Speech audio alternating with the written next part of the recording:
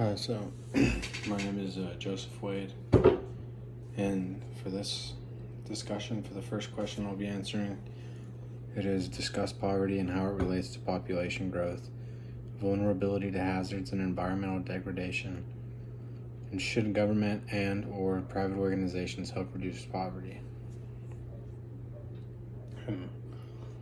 I just have like a little script or some notes here that I wrote down. So poverty and population growth share a complex relationship, particularly in regions where high poverty levels contribute to larger family sizes. And this really means there are some families who view children more as additional labor or social security. And this is what leads to rapid population growth, because people kind of, in some situations when they're struggling with poverty, they'll have children in order to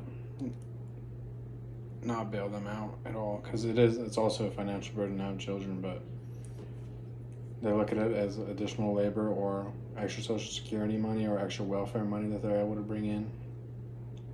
But yeah, the consequence of this could be rapid population growth, straining resources, and making it challenging for governments to provide essential services. And these services would be things like education and healthcare, and also just employment opportunities. So this cyclical dynamic presents a significant challenge in achieving sustainable development. Then, poverty also intensifies vulnerability to hazards, both natural and human-made. Impoverished communities lack the necessary resources and infrastructure to withstand and recover from disasters. Whether it be floods, earthquakes, or conflicts, hazards affect these communities in a disproportionate way.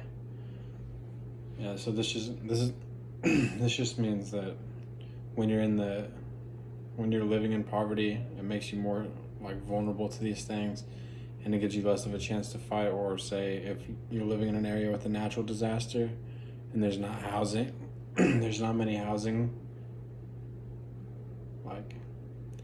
developments, or say a city center, then you're more susceptible to these natural disasters. And this can push them deeper into poverty by destroying homes, disrupting livelihoods, and overwhelming the healthcare and social security systems. Poverty contributes to environmental degradation as individuals and communities prioritize immediate survival over long-term conservation. And this is a big issue because a lot of our non-renewable resources are running out, or not running out necessarily yet, but they're running low, to the point where the future generations could see where these are no longer an option.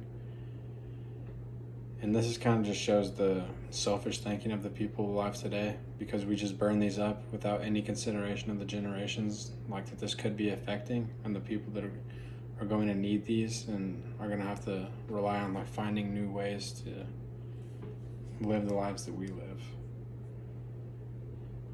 So, should government and private organizations help reduce poverty?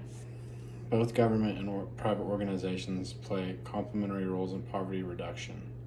Governments provide essential services and policy frameworks, while private organizations bring innovation, investment, and economic opportunities.